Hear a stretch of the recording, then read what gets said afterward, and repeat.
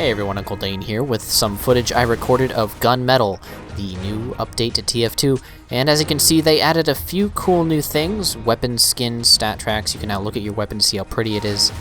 And alright, that was a pretty good gag. Now that I got that out of the way, let's skip right to the main point here. Team Fortress 2 just got one of the biggest updates that I've seen in a long time, especially involving the engineer, so let's talk about it. Dispenser going up.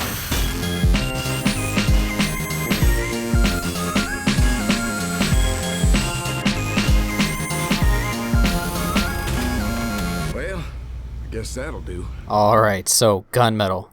Whew! There is just so much stuff. You can get the breakdown on everything they added in this update by going to the link to the update page in the description, or you can go watch Muselk's video that goes over the basics of every new feature. He does a great job of explaining it all there. But the contracts, the skins, the taunts, and the maps, all very cool for very different reasons, and I'm pretty stoked that we actually got a large update with no hats for once. But the best thing that they did with Gun Mettle was introduce a lot of class and weapon balances, as well as a new game mechanic. So if you've played TF2 for any decent amount of time, you'd probably know that the community has been silently grumbling about the imbalance of some of the weapons. Well, this update has done it all. I'd say that they probably affected almost half of the available weapons in the game, as well as changed the way that a few of the classes work. Now, this list is long. It's one of the longest changes lists that I've ever seen for an update, so I won't be going over every single change in this video. Again, you can click on the link in the description of the full changelog, or just watch one of the many hour-long videos of people who are going over the individual weapon changes one by one. But since I am an engineer main and I live and breathe Engie life, I will be focusing the rest of this video on the individual changes made to the class and my thoughts on them, how they might affect the game, things like that. But for the record, my favorite things that they changed outside of the engineer are as follows. Spy got a buff in general, but the Dead Ringer and the Spy Sickle got nerfed. The Equalizer doesn't make medics rage nearly as much anymore. The Black Box isn't infuriating to play against. The Lock and Load finally got nerfed, but I'm still scared of it. The Scorch Shot is finally a viable flare gun. Bushwhacker doesn't make me melt in fire anymore. Heavy has more viable options in weapons. The Panic Attack is slightly less bad, but it's still kind of bad. Alrighty, on to the engineer. First, I'd like to start out by saying this update should be called the prequel to Spy vs. Engie, because they changed things about both of these classes that not only will affect the way the classes are played themselves, but how other classes interact with the Spy and the Engie overall. So we're just going to go down the list here. Construction boosts, wrench hits, redeploys from multiple sources is now additive instead of multiplicative. Calculations are based around a 1x base building speed. So what this means is that more than one Engie hitting the same building will speed up the build process a little less than it used to. Not a very important change, but nonetheless, it's interesting. Increase base wrench construction speed on it boost by 50%. Buildings now build 2.5 times faster instead of just 2 times, additive of 1.5 times base speed. Okay, so like, this is the big one. Buildings will be fully constructed faster if you're actively hitting them, which does a few things for this game. It rewards aggressive spots, which is important for reasons we will get into later, and it also increases the speed in which you can get set up in pregame, which is awesome. And it also makes the support buildings that Engie provides more readily available, which brings me to the next change. Teleporters and dispensers redeploy 50% faster, 2.5 times without wrench boost, 5.5 times with wrench boost. This is really nice because it will make the support buildings available to your teammates again after you move them faster, which is going to speed up the game a little bit. Speeding up the game for Engineer is going to be the theme with these changes, I find. Building pickup speed penalty reduced from 25% to 10%. Yes, that's right. You can now move that gear up a lot faster than you could before. This means that you're not going to be as much as a sitting duck while you're carrying your buildings.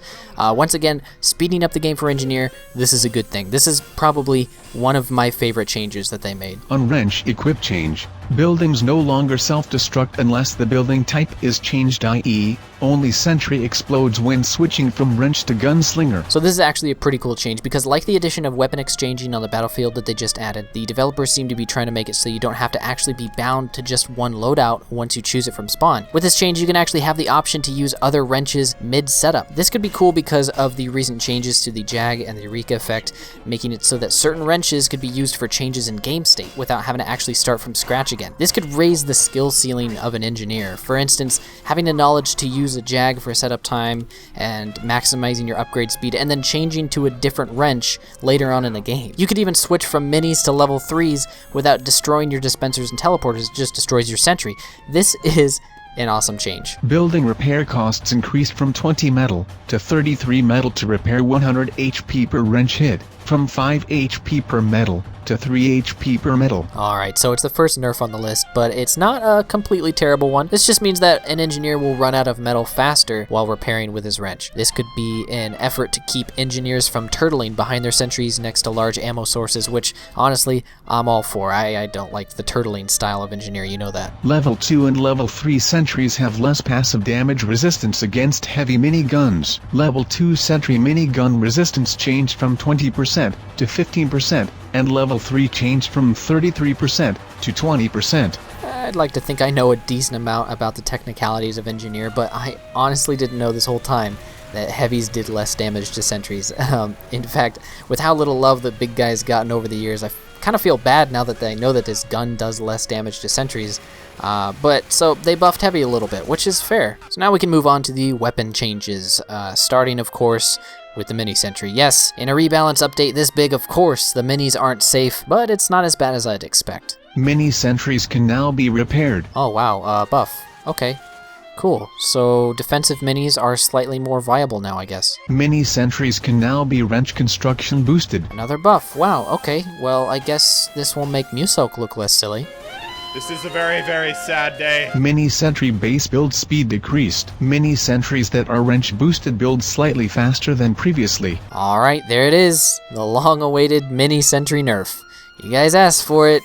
There it is. It's a bit of a doozy, but it's there for a reason. Mini sentries are mostly revered because they are spammable, and with this change, an enemy will have more time to react to the playstyle since the mini will take more time to set up if the Engie's just dropping it and runs away. Mini sentries start at 50% health on construction and gain health during construction instead of starting at 100%. Another hefty nerf. This one also contributes to the spamming problem, letting freshly placed minis go down faster than if they were just placed more strategically around a corner or something. This pretty much just discourages Engies from placing the mini right down in front of an enemy, something that's always been a bad habit to begin with. So I'm okay with this, really. It's a good nerf. They did a good job. Good job, Valve. Metal jibs from destroyed mini sentries no longer grant any metal. This is a minor nerf that is actually kind of saddening to me. I would often use the bits of my destroyed mini to get my metal back to 100 to place another one, or to push me into the threshold of another building like a teleporter. Anyway, the Pomson got nerfed, so that's really good. Uber and Cloak Drain decreases over distance from target. Decreases start at 512 hammer units from target and reach 0 drain at 1536 hammer units. So it's less annoying since it can't do its annoying stuff from super far away. Still, it's a pretty underwhelming primary, to be honest. Anyway, the Wrangler got nerfed, so that's...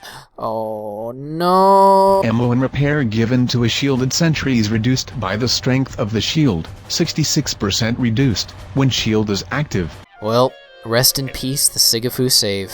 It was fun while it lasted, boys, but now the Rescue Ranger only heals 24 damage per bolt while the shield is up, and the Wrench only heals 33. GG, Valve. I mean, I guess Wrench Engineer had to get a little bit harder since Offensive Engineer just got a little bit more options, but I still don't know if 66% is super warranted, but I guess we'll just have to wait and see what they do. I mean, if they keep it or not. I honestly think that this is a pretty hefty nerf. But, you know. Engineer Death keeps the Wrangled Sentry shielded and disabled for 3 seconds, same as when Wrangler is switched away. Previously, Engineer Death caused disable state for only 1 second. So this is a minor change, but it still affects certain situations when the Engie is killed and the attacker can't out-DM the Sentry before they're blown away. But forget about that, my requests have officially been answered. Thank you, Valve, for you have literally done everything I asked in my video, The Jag vs. the World. You fixed the Jag. With the change to base construction boost, Jag bonus has improved. 30% increase of 1.5 times, makes a total of 1.95 times, total of 2.95 times, when base speed is added. So now 30% means 30%, which is great. In addition to the build speed being faster in general while using any wrench, this means that the Jag is finally the go-to quick build option, and it will actually make a relatively noticeable difference. Once again, this is a sign that Valve wants to make the engineer experience a little bit faster. You know, if it were up to me to redesign the Jag with the same concepts in mind, I would simply change the upside from increased construction time to increased swing speed. Added plus 15% swing speed. What did I say? Swing speed increase? Oh my word, this is 2 suggestions that I made separately, added one on top of the other. Added 20 times repair penalty. Repairs will give up to 80 HP per swing instead of 100 HP per swing. Oh, okay. Well, I guess that makes sense to add another penalty to balance it out a bit. But honestly, with each swing being slightly faster, does the 20% repair penalty actually mean anything? A bit of math that I don't want to get into for this video will tell you that it barely evens out. But the repair speed is slightly slower, which I believe is pretty manageable when you take into account what else it offers. So, the Jag is finally a good wrench. More on this in an upcoming video. But what really isn't a decent option is the short circuit, which got a few changes, none of which are really too big of a deal as far as I know, but here they are. Projectile destruction has been moved to alt fire at the cost of minus 15 per shot. There is a 0.5 second cooldown between attempts and refire. So this means it was changed back to the old short circuit, except now you use alt fire to delete projectiles out of thin air and primary fire to do damage. I still won't be using the thing because it's no fun to use or play against, and I think it should be reworked altogether, to be honest, but hey, maybe with the Wrangler being given the shaft for defense, I will have to find some other way to survive an Uber demo man. Cannot pick up buildings when the short circuit is deployed. Okay, so this might be the most random attribute that they added to any of the weapons in this update. Like, since when was it a problem or an unbalanced part of the game where Engies were just picking up their buildings while the short circuit was deployed? I don't really get it. Almost done here, the Rescue Ranger got a small change in a same-day patch. Decreased cost of long-range building pickup from 130 metal to 100 metal. This is pretty cool. I'm assuming they made it 100 because the Gunslinger can now be used with the Rescue Ranger. This can be kind of useful because now you can teleport your building to you and then build a dispenser immediately without having to find any more metal. Neat! Anyway, on to the final weapon change of the night, the Eureka Effect. Oh boy, this thing had the award for the worst wrench 2015 ever since they changed it so that it took years to upgrade your Sentry. Thankfully, they were merciful and removed those dumb attributes. Previous penalties have been removed and replaced with the following. Construction hit speed boost decreased by 50%. So basically, the Eureka Effect will function how all of the old wrenches worked when hitting a building. This is a small nerf, and considering I'm used to the 2 times build speed anyway, I highly doubt the difference will be noticeable at first. Over time, after I bask in the glory of the engineer's speed buff, I might start to see an effect, but until then, pretty good. 50% less metal from pickups and dispensers. So this one is the most detrimental, but it's not nearly as bad as the old nerfs, that's for sure. This just means that you'll have to be smarter about your metal spending and quicker with your scavenging, which will be easier to do on payload offense since you'll have a cart right there to give you 20 metal per second. Honestly, you should be pushing the cart anyway, so you might as well build a Sentry by it while you possess the ability to teleport to spawn whenever you want.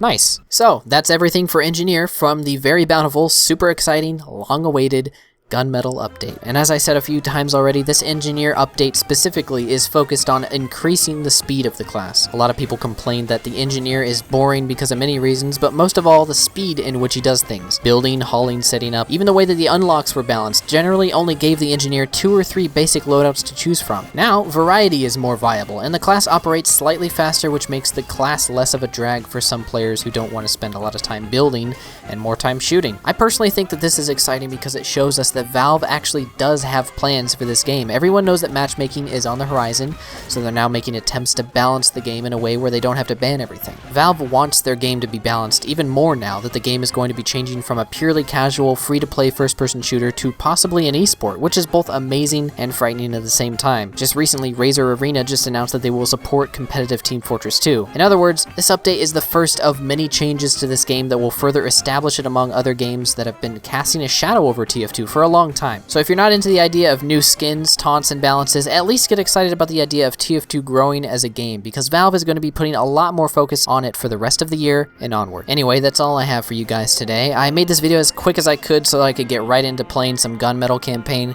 which I might do a full series on for the next 3 months since I've been itching to do more live comms anyway. So I'm looking forward to that. Kind of want to see what skins I get out of it. Here's what I got for my first 2 contracts, so pretty neat. So as always, thank you so much for watching, and I will see you nieces and nephews next time. Bye-bye.